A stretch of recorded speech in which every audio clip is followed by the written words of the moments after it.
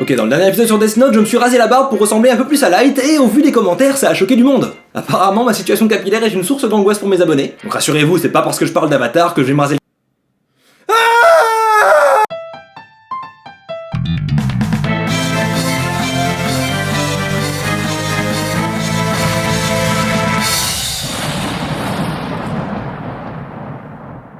Avatar, le dernier maître de l'air est un dessin animé créé par Michael Dante DiMartino et Brian Konietzko en 2005. À l'origine diffusé sur Nickelodeon, il est arrivé en France sur TF1. Et je me souviens très bien d'avoir vu le premier épisode passer à la télé du haut de mes 11 ans et d'avoir trouvé ça très nul. Et ouais, que voulez-vous, on peut pas accrocher tout de suite. Surtout qu'à l'époque, mon dessin animé de prédilection, c'était Full Metal Alchemist, alors passer de ça... Merde, je pensais pas que... Ah, mais qu'est-ce que j'ai fait, il est plus là. à ça... Pourquoi chaque fois que tu joues avec ton eau magique, il faut toujours que ce soit moi qui finisse trempé jusqu'aux os? Forcément, c'est difficile. Mais avançons 15 ans dans le futur pour arriver il y a quelques mois. Après avoir passé des années à entendre tout le monde dire qu'Avatar c'était le meilleur dessin animé du monde, je me suis dit, bon, allez, on lui laisse une chance. Et en fait, c'était vrai. Peut-être pas le meilleur, mais clairement dans ce qui se fait de mieux.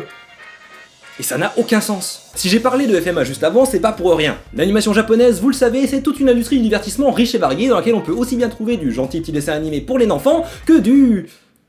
cul, mais également pas mal d'œuvres très adultes d'une qualité inégalable. Alors qu'en Occident, pendant très longtemps, l'animation à la télé c'était considéré comme un véritable ghetto pour les enfants. Dans le sens où on avait une mentalité très conne, si c'est pour les gosses, on va pas se fouler. Le but c'est de passer le temps entre les pubs pour jouer. Et c'est une façon de penser de merde. Sous prétexte que la cible est jeune, on devrait leur servir de la merde, je suis désolé, mais non. Ce qui a été prouvé dans la fin des années 80 en France et au début des années 90 aux USA, quand on a commencé à remplir les grilles de programmation de séries animées japonaises qui ne fonctionnaient pas sur la même mentalité. Tout à coup, on a une génération de gamins habitués à de la bonne cam et l'industrie occidentale va devoir s'adapter si elle veut survivre. Ça a commencé sur Cartoon Network avec Samurai Jack en 2001 où l'influence de l'animation japonaise est évidente, tout comme dans Avatar qui nous intéresse aujourd'hui. Ce dessin animé peut paraître simpliste à la surface, surtout si comme beaucoup on a vu que quelques épisodes à droite à gauche les mercredis matins, mais en réalité si on se penche dessus 2 secondes, on réalise que c'est une aberration. Dans le sens où il n'y a aucune raison pour que ce dessin animé ait été créé et diffusé à cette époque et surtout sur Nickelodeon. Et c'est de ça que je veux parler aujourd'hui, pourquoi Avatar est une aberration bien trop qualitative pour le contexte dans lequel elle a été créée. On se retrouve donc juste après le résumé rapide pour que tout le monde soit à niveau sur ce qui se passe dans la série.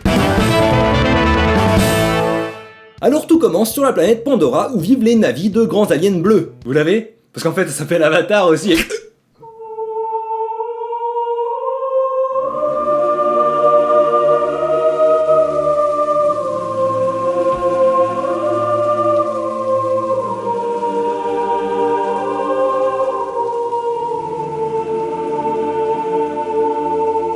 Alors tout commence quand la Nation du Feu attaque 100 ans avant notre histoire, ce qui vous sera vrillé dans la tête au début de chaque épisode comme un mantra dont vous ne pouvez vous échapper peu importe à quel point vous criez. Dans ce monde il y a donc des personnes capables de manipuler les éléments et donc dès l'intro la VF se prend les pieds dans le tapis en les nommant des maîtres de l'eau, du feu, etc. Ce qui est compliqué quand il y a effectivement des gens qui sont maîtres dans l'art de la manipulation d'un élément alors que d'autres ont juste l'aptitude sans la maîtriser. Si tu veux devenir un maître de l'eau, il te faut un maître de l'eau. Donc on va réparer ça en vitesse avec ma propre traduction 15 ans trop tard. Il y a donc des aquamanciens, des géomanciens, des pyromanciens et des aéromanciens. Et le plus mancien de tous les manciens, c'est l'Avatar qui se réincarne à chaque génération et peut mancier tous les éléments. Ce super mancien, c'est le jeune Aang, un aéromancien de 12 ans qui va donc pouvoir arrêter la Nation du Feu, et il est tombé dans la mer. Notre histoire commence donc 100 ans après l'invasion de la Nation du Feu, quand 2 jeunes membres de la tribu de l'eau font une petite balade en canoë. Il s'agit de Katara, la dernière aquamancienne du pôle sud, et son frère Sokka qui a un boomerang. C'est bien aussi. Lors d'une dispute fraternelle, Katara déchaîne ses pouvoirs par inadvertance et libère Aang, ainsi que son bison volant Appa. Une fois les présentations faites, le village de la tribu de l'eau est attaqué par un vaisseau de la Nation du Feu qui recherchait justement l'Avatar pour le capturer. On rencontre ainsi Zuko, le fils du Seigneur du Feu, exilé par son père après que ce dernier l'ait défiguré à vie, ce qui fait qu'à partir de maintenant, nous appellerons ce personnage Daddy Issues. À ses côtés, il y a également le personnage le plus intelligent et le plus compétent de la saga, l'oncle Iroh. Nos jeunes héros affrontent leurs assaillants et réussissent à s'enfuir. Poursuivis par Daddy Issues, ils ont pour but de se rendre au pôle Nord pour trouver un maître aquamancien qui entraînera Aang et Katara. Sur le chemin, ils s'arrêtent au temple où Aang vivait il y a 100 ans et le dessin animé décide de nous mettre un bon coup de boule dans les valseuses en nous apprenant que la Nation du Feu a génocidé le peuple de Aang, faisant de lui le dernier aéromancien. D'où le titre. C'est parce qu'il a survécu à un génocide. Wouh! Sur leur chemin, ils font également la rencontre des guerrières de Kyoshi, une précédente avatar, et notamment de la belle Suki qui donne une bonne leçon de féminisme à Sokka et lui fait sans doute découvrir son tout premier kink. Après de nombreuses aventures, ils arrivent enfin au pôle Nord où vit le maître Paku qui ne semble pas avoir déjà rencontré les guerrières de Kyoshi. En effet, il refuse d'entraîner Katara au combat parce que c'est une femme et que sa place est à la popote. Katara n'en a que faire de son patriarcat et décide de botter le cul du vieux con. Apprenant l'humilité, il accepte finalement de l'entraîner et elle devient l'une des aquamanciennes les plus puissantes du monde. Pendant ce temps, Sokka tombe amoureux de la princesse Yue et... Ah, elle est morte. Après un affrontement terrible contre le général Zhao de la Nation du Feu, le gang, oui c'est leur nom officiel et c'est un jeu de mots criminel, obtient la victoire et peut partir en quête d'un maître géomancien pour continuer l'entraînement de l'avatar. Ils partent donc pour le royaume de la Terre et sa capitale Ba Sing Se, qui n'est absolument pas une critique du régime chinois avec sa propagande et sa censure. Sur le chemin, ils rencontrent une gentille petite fille aveugle qui botte des culs. Elle s'appelle Toph, c'est le meilleur personnage de la série et si vous pensez autrement, vous avez de la merde dans les yeux. Oui, c'était une blague sur la cécité. Toph est la plus puissante des géomanciens, au point qu'elle invente même la métallomancie qui n'est malheureusement pas un genre musical, mais la manipulation du métal, jusqu'alors considérée comme impossible. Elle finit par accepter d'entraîner Aang pendant que Daddy Issues renonce à la poursuite de l'avatar et décide de chercher une vie paisible dans le royaume de la Terre. Mais sa sœur, Azula, qui utilise des flammes bleues car elle s'appelle Azula, et Azula ça veut dire bleu, d'où la couleur bleue des flammes d'Azula, reprend le flambeau de la poursuite du gang. Elle attaque Ba Sing Se de la façon la plus phallique possible. Mais le gang réussit à arrêter la pénétration et tout le monde se retrouve couvert d'un liquide épais et gluant. Je rappelle que tout le cast principal a moins de 15 ans donc...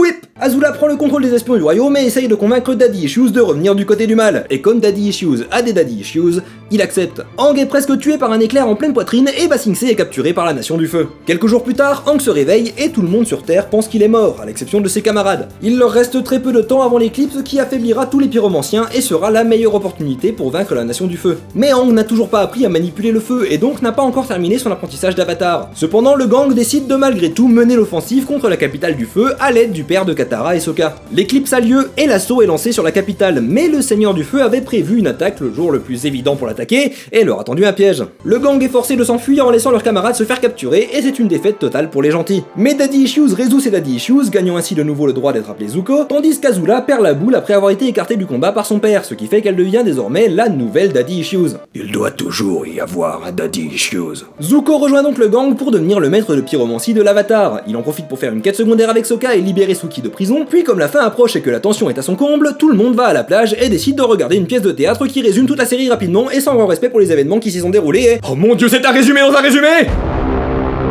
Durant cet intervalle, Sokka semble avoir prévu un rendez-vous nocturne avec Suki dans sa tente et le lendemain, il a symboliquement pris la fleur que portait la jeune fille la veille. Parce qu'il l'a déflorée! C'est une métaphore! Pour le sexe!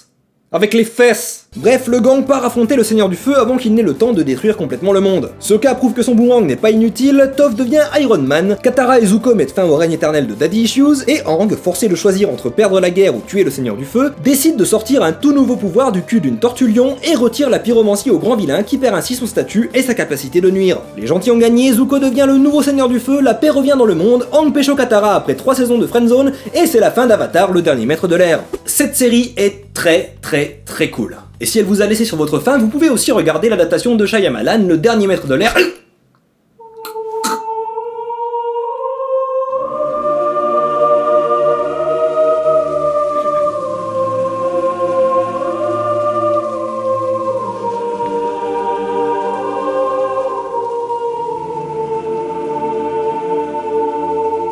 Si elle vous a laissé sur votre faim, vous pouvez lire les comics qui sont très cool, ou regarder la légende de Korra qui nous parle de l'Avatar suivante, et que j'aime aussi énormément. Mais bien que je me sois pris d'affection pour Avatar, il faut le reconnaître, son existence est une aberration. Dans la programmation de Nickelodeon de l'époque, un dessin animé épisodique qui doit être suivi d'une semaine à l'autre, c'était impensable. La mentalité de l'époque, c'était de faire des épisodes indépendants et faciles à suivre sur lesquels on pouvait rester si on zappait dessus. C'est comme ça que fonctionne Bob l'éponge par exemple, ou chez la concurrence, le laboratoire de Dexter ou les Super Nana. Et c'est pas un jugement de valeur sur la qualité de ces cartoons, je les aime aussi beaucoup. Non seulement Avatar a pris un risque avec une intrigue épisodique, mais également avec les thèmes qu'elle décide d'aborder et la façon explicite avec laquelle elle les aborde. Parce que si on se pose 2 secondes pour y réfléchir, Avatar, c'est une histoire de guerre. En effet, comme chaque épisode nous le rappelle, tout allait bien jusqu'à ce que la Nation du Feu n'attaque. Le monde d'Avatar est en guerre depuis 100 ans, et contrairement à la majorité des histoires de guerre qui visent un public jeune, la série s'inspire de l'histoire pour nous montrer les conséquences réelles des affrontements. On a des batailles avec des armées, des sièges, de la stratégie militaire. Malgré l'univers fantastique, la guerre est traitée de façon assez factuelle. Il ne suffit pas de courage et de volonté pour affronter la Nation du Feu. Par exemple, la tribu de l'eau du pôle Nord, aussi retranchée soit-elle, ne fait pas le poids face à une seule garnison de la marine du feu. Sans l'aide supernaturelle d'Aang, leur ville aurait été rasée. C'est important parce que ça justifie la situation du monde. Les tribus de l'eau et la nation de l'air n'avaient pas d'armée régulière et ont été écrasées, voire complètement annihilées par la puissance de la nation du feu. Au contraire, le royaume de la terre continue de résister en partie après un siècle car il possède une armée et des terres pour cultiver des ressources et entretenir cette armée. C'est aussi pour ça qu'Ozai veut raser le royaume en une attaque éclair, car il sait que armée contre armée, il peut gagner du terrain, mais pas écraser complètement les forces du royaume. En tout cas, pas en conservant l'intégrité des terres du royaume. Et c'est ça que j'aime particulièrement dans cette série, son univers est cohérent. Là où dans beaucoup de dessins animés occidentaux on te répond par un ta gueule c'est magique, dans Avatar, si tu te poses des questions, en cherchant, tu peux trouver des réponses. Il y a un tel niveau de détail et de richesse dans la création de cet univers qu'on peut y plonger et passer des heures à trouver de bonnes raisons à tous les éléments du récit. Et le traitement réaliste de la guerre ne s'arrête pas à l'aspect stratégique. C'est pas la guéguerre où rien n'a de conséquences. Tout d'abord, elle a un impact sur les vies des soldats, ce qui est illustré magistralement avec le personnage d'Iroh. Originellement l'héritier du trône de la Nation du Feu, il perd son fils lors de la bataille de Ba Sing Se. Le deuil d'Iroh est au centre de son personnage puisqu'il décide de renoncer à son droit légitime au pouvoir et de devenir un pacifiste. Iroh connaît et comprend le prix de la guerre et il réalise que la mentalité de conquête de la Nation du Feu est une erreur qui ne mènera qu'à la souffrance. Iroh pose un dilemme moral qui ne devrait pas avoir sa place dans un dessin animé pour les 8-12 ans. Vaut-il mieux être fidèle à sa patrie ou bien la trahir pour le bien commun? Et cette question à laquelle il a répondu il y a bien longtemps, elle se retrouve au cœur du dilemme qui déchire Zuko. Ce dernier réalise petit à petit que ses actions sont motivées par un désir égoïste et vain de reconnaissance de la part de son père. Il finit par trahir sa nation quand il réalise qu'elle a dévié du bien commun et il rejoint le gang. À côté de ça, le plus gros dilemme dans Bob l'éponge, c'est de savoir s'il faut mettre les cornichons sur ou sous le pâté de crabe. Ouais, c'est pas le même niveau. Dans son traitement de la guerre, Avatar ne se concentre d'ailleurs pas tellement sur les soldats, mais s'intéresse beaucoup à l'impact qu'elle a sur les populations civiles. Et encore une fois, il y a un degré de réalisme surprenant. Tout d'abord, la Nation du Feu ne se contente pas d'attaquer, c'est un pays conquérant mais également colonisateur. Sur les terres conquises, pendant la guerre, ils ont établi des colonies où leurs ressortissants représentent une classe supérieure aux populations natives. Ce qui pose des problèmes, notamment dans les comics, quand il faut mener un effort de décolonisation et que tout à coup on réalise qu'il y a des gens dont la famille s'est installée il y a 100 ans et qui se considèrent autant chez eux que les populations colonisées. Et ça c'est des questions déjà bien trop complexes et sensibles pour une vidéo YouTube en 2020, alors pour un dessin animé Nickelodeon en 2005, je vous raconte pas. La ville de Ba Sing Se est un régime totalitaire dirigé en secret par une intelligentsia qui cache la vérité à un empereur marionnette pour conserver une autarcie derrière les murs censés les protéger de la guerre. On a également la tribu de l'eau du pôle sud où tous les hommes sont partis au combat laissant les femmes et les enfants derrière sans défense en cas d'attaque. À chaque fois on voit des conséquences réalistes du conflit sur les populations civiles. Il y a un souci du détail assez dingue mais également une position morale claire. La guerre c'est mal. Ce qui peut paraître bateau comme thème de récit, mais pour rappel, on est en 2005. Les USA sont en pleine guerre en Irak, toujours sous le choc du 11 septembre, et ils ont renommé les frites Freedom Fries parce qu'ils refusent de prononcer le mot French après le veto de la France sur cette guerre. Donc on n'est pas dans un climat très pacifiste en Amérique à l'époque. En tout cas, il y a une bonne partie de la population qui n'est pas d'accord avec l'affirmation « la guerre c'est mal ». Ce qui rend encore plus fou la position du personnage principal sur la question. Parce qu'au-delà de « la guerre c'est mal », Aang affirme que tuer n'importe quelle forme de vie, c'est mal. Et ça c'est une position qui est clairement minoritaire même aujourd'hui en France. Pendant qu'en 2020, si tu suggères à quelqu'un l'idée de diminuer sa consommation de viande, il la double juste par esprit de contradiction, en 2005, Avatar avait un protagoniste vegan, qui est également un enfant soldat. Et oui, l'Avatar doit ramener la paix dans le monde, et c'est dit explicitement dès le début du récit, pour faire ça, il doit tuer le Seigneur du Feu. Aang est un pacifiste, au point qu'il a fui ses responsabilités, ce qui a mené à son sommeil de 100 ans. Jusqu'au bout, il refuse de tuer qui ou quoi que ce soit. D'ailleurs, on sait qu'il va très mal quand Appa est kidnappé, puisqu'il tue un animal qui s'enfuyait. La série choisit de nous raconter l'histoire d'un gamin pacifiste de 12 ans qui doit tuer un homme pour sauver le monde. C'est un parti pris de malade. Et accessoirement, c'est une putain de leçon d'écriture, un conflit entre éthique et pratique, ça marche du feu de Dieu. Bon, évidemment, ça reste une histoire idéaliste, donc le conflit est résolu par la grâce divine d'une troisième option dans le dilemme. Mais le simple fait qu'on pose la question, la fin justifie-t-elle les moyens, et plus spécifiquement, peut-on moralement tuer quelqu'un pour la bonne cause, c'est juste dingue. Surtout quand on pose cette question à un gosse. Dans un dessin animé pour les gosses. Et c'est encore un truc incroyable dans cette série, c'est qu'elle n'a pas peur de mettre des enfants dans des situations que beaucoup d'adultes ne voudraient jamais affronter. Par exemple, je sais pas, un génocide. Difficile d'être le dernier d'un peuple quand le peuple n'a pas disparu d'une façon ou d'une autre. Et Avatar n'y va pas par 4 chemins. Dans les premiers épisodes, on apprend que la Nation du Feu a exterminé de façon intentionnelle et méthodique tous les nomades de l'air. Encore une fois, dessin animé pour les 8-12 ans, Nickelodeon, génocide, trouver l'intrus. Aang est un enfant de 12 ans qui découvre que non seulement toutes les personnes qu'il a connues sont mortes depuis longtemps, mais en plus que sa culture a été radiée de la carte. Et ça, c'est chaud. On voit que ça le touche d'ailleurs profondément quand il arrive au Temple du Nord et qu'il découvre des personnes qui ont construit par-dessus les dernières traces laissées par son peuple. Encore une fois, essayez d'imaginer ça dans Bob l'éponge. J'ai pas pu sauver Patrick. Et comme si ça suffisait pas, Avatar décide non seulement de nous parler d'un génocide comme il y a 100 ans, mais il nous rappelle également que si on laisse le système tel qu'il est sans le changer, ça risque très fort de se reproduire. Et c'est ce qui nous est montré par le choix d'Ozai qui décide de raser le royaume de la Terre vu qu'il ne peut pas le conquérir. Et heureusement, le gang réussit à l'arrêter avant qu'il ne puisse arriver à ses fins. Avatar nous dit que si on laisse l'impérialisme et le totalitarisme régner, on devra faire face aux mêmes horreurs qu'ils ont causées auparavant. Je répète, 8-12 ans. Ce dessin animé est génial! Mais son existence n'a pas de sens. Comment on réussit à convaincre le directeur des programmes de Nickelodeon de débloquer un budget pour raconter cette histoire? C'est pas possible, les showrunners sont des putains de Jedi. Et le pire, c'est que la série réussit à parler de ces sujets à des gosses sans que ce soit morbide ni édulcoré. Je sais pas comment, mais Avatar fait du funambulisme sur un sujet avec lequel il est très facile de se péter la gueule. Mais je pense qu'en fait, le secret d'Avatar, c'est juste que c'est une série qui a été incroyablement bien écrite. Et ouais, on retombe toujours là-dessus. Quand je disais que l'univers était tellement bien pensé qu'on pouvait passer des heures à chercher des raisons valables à chaque truc qui s'y passe et trouver des réponses convenables, je déconne pas. Tu peux parler de tout si tu sais de quoi tu parles. Tu peux parler d'un génocide si tu sais pourquoi il a été commis, par qui il a été commis et comment il a été commis. L'amour du détail est le secret d'Avatar. Et ça se ressent au plus fort dans son système de magie. Alors de base, ouais, c'est pas ultra imaginatif. Il y a les 4 éléments et des gens qui les manipulent. Mais Avatar va jusqu'au bout de sa logique. Il prend ce concept basique et le pousse jusqu'à ses limites. Tu peux manipuler la terre, donc tu peux manipuler les impuretés dans le métal. Tu peux manipuler le feu, donc tu peux faire voler un dirigeable. La manipulation des éléments a des conséquences logiques sur les combats, mais aussi sur la société. Avec leur pouvoir, les géomanciens construisent des villes immenses, alors que les aéromanciens peuvent se déplacer rapidement dans les airs et préfèrent donc un mode de vie nomade. Y a pas de ta gueule c'est magique dans Avatar. On te prend pas pour un con sous prétexte que t'as 8-12 ans. On te propose un univers logique avec des règles établies qui, si tu prends la peine de les comprendre, rendent le récit vraiment agréable à suivre. Même dans Harry Potter, y a pas ça. Ouais non je sais, c'est pas juste de comparer un système de magie douce à un système de magie dure.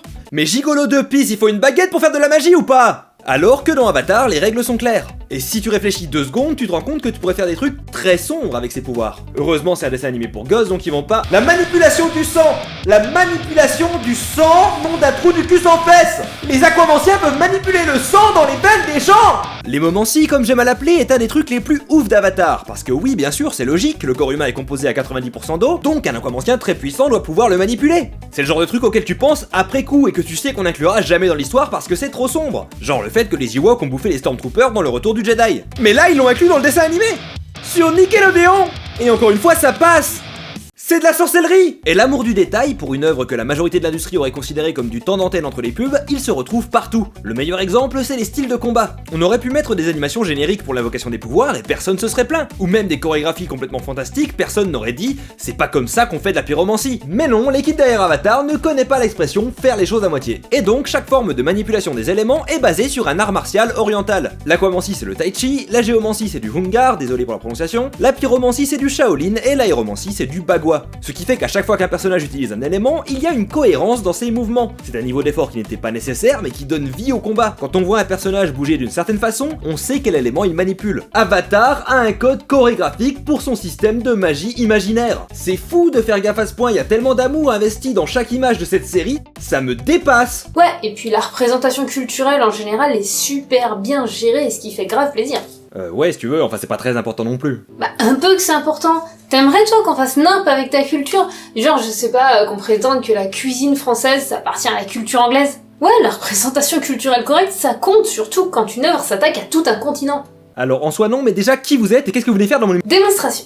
D'abord, chaque peuple du monde d'Avatar est inspiré d'un ou plusieurs peuples asiatiques de notre monde. La Nation du Feu est inspirée du Japon, le Royaume de la Terre est inspiré de la Chine, et dans une moindre mesure de la Corée, les nomades de l'air sont inspirés du Tibet, et les tribus de l'eau sont inspirées des peuples yakoutes et des populations sibériennes en général. À cet égard, la série se paye même le luxe de faire de la symbolique, comme par exemple quand Zuko, donc issu de la Nation du Feu, va aller flirter avec une fille qui portera pendant tout le temps de son apparition une robe coréenne. Idem pour le génocide des nomades de l'air. Si le scénario ne permettait pas de le faire perpétré par le Royaume de la Terre, le seul fait de l'évoquer dans la conjecture politique des années 2000 est extrêmement fort. Au passage, ça permet aussi d'avoir des personnages qui ont au hasard la peau sombre, ou qui sont considérés, du point de vue occidental des réalisateurs de la série, comme des minorités. De façon générale, on sent dans Avatar que le sujet de la représentation à tous les étages a été pensé avec un degré d'application confinant à la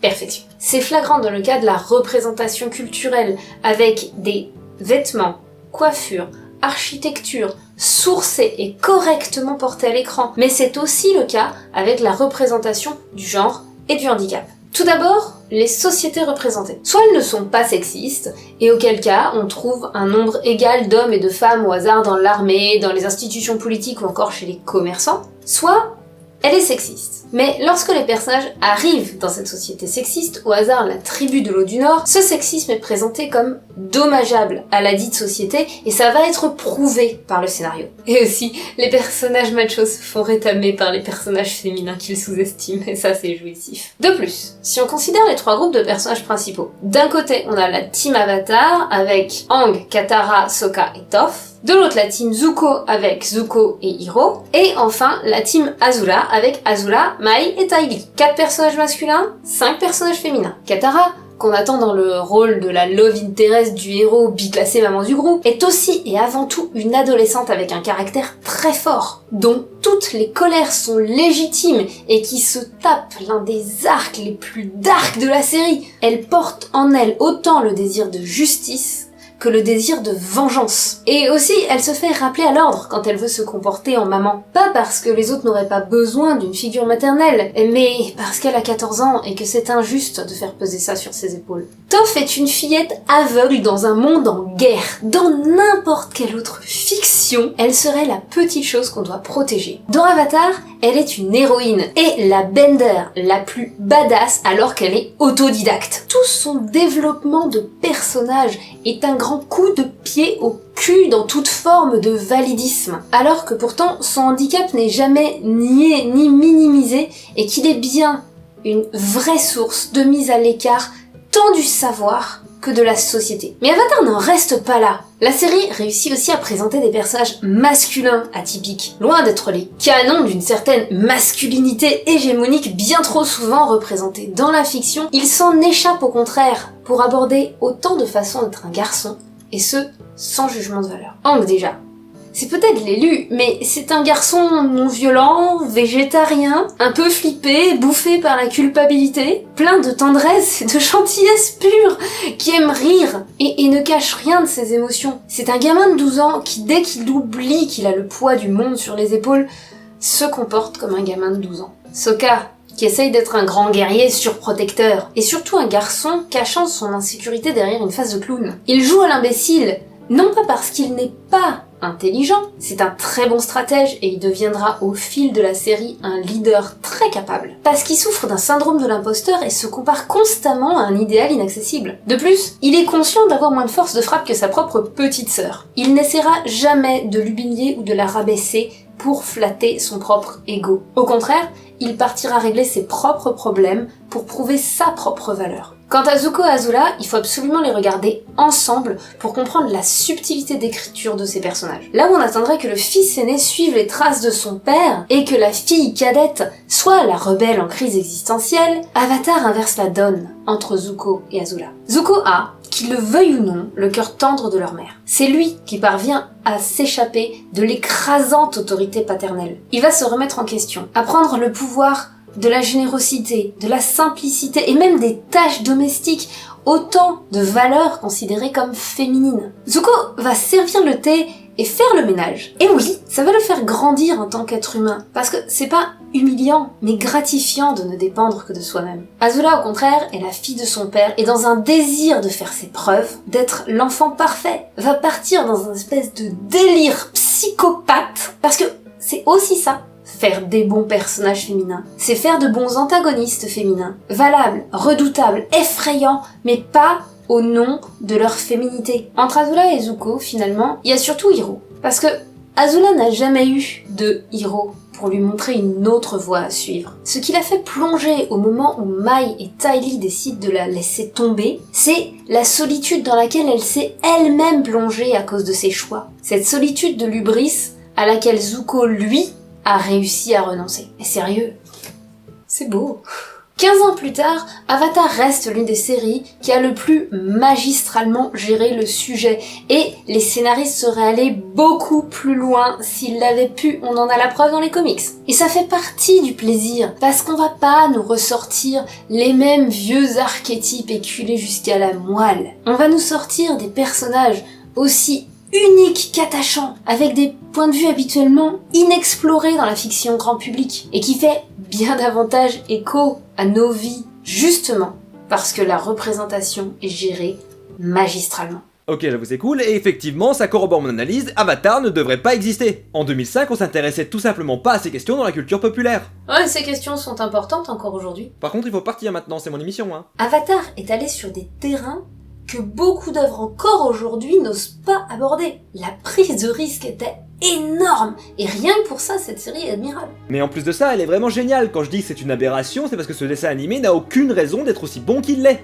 Encore une fois, sans vouloir dénigrer l'animation occidentale des années 90 et 2000, il y avait un retard incroyable par rapport à l'animation japonaise, causé par un dédain institutionnel de ce qui était considéré comme du divertissement de seconde zone. Mais ce n'est pas parce qu'une œuvre vise un public jeune qu'on doit la considérer comme inconséquente et ne pas chercher à en faire un produit de qualité. Au contraire, comme l'a déjà dit Karim Debache, ce sont les œuvres qu'on consomme quand on est jeune qui définissent la grille de lecture à travers laquelle on va consommer des œuvres toute notre vie. Alors il faut faire de son mieux pour proposer la meilleure œuvre possible. Et c'est ce que les créateurs de la série ont fait. Pour preuve, un mec de 25 ans est capable de découvrir la série des années plus tard et se prend une claque monumentale. Si Avatar est un si bon dessin animé pour les enfants, c'est parce que ce n'est pas un dessin animé pour les enfants. Il ne prend jamais les spectateurs pour des abrutis, et il raconte son histoire sans jamais chercher à la simplifier ou à l'édulcorer. Et c'est pour ça que je dis qu'Avatar est une aberration. Presque aucun dessin animé occidental de l'époque ne cherchait à aller plus loin que garder les enfants devant la télé suffisamment longtemps pour qu'ils bouffent de la pub. Avatar avait de l'ambition.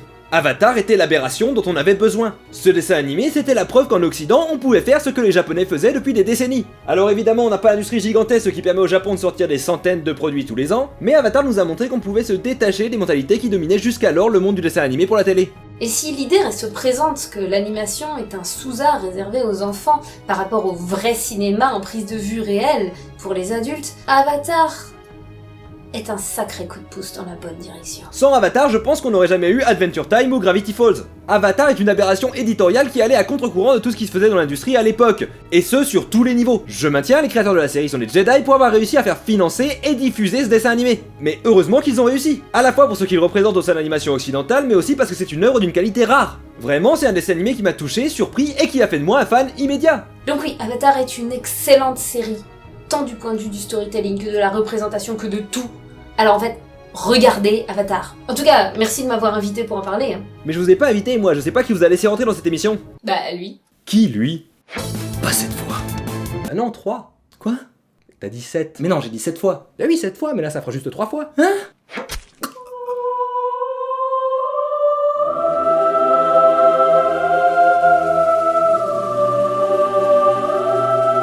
Ah, mais 7 fois! Je l'ai. Merci d'avoir regardé cette vidéo, j'espère qu'elle vous a plu, un grand merci également à Morgane pour sa participation, n'hésitez surtout pas à aller faire un tour sur sa chaîne, et oui, je n'ai plus de cheveux, alors n'hésitez pas à faire des dons sur Utip ou Tipeee pour que je m'en rachète des nouveaux. C'est pas comme ça que ça marche. Bref, on se retrouve très bientôt pour une nouvelle vidéo, Tropper out.